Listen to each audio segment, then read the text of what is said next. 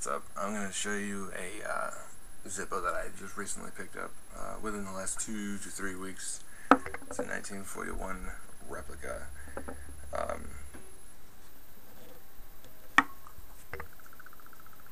see if it zooms in. Sterling.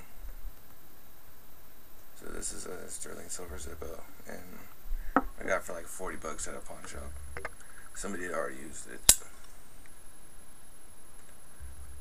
So,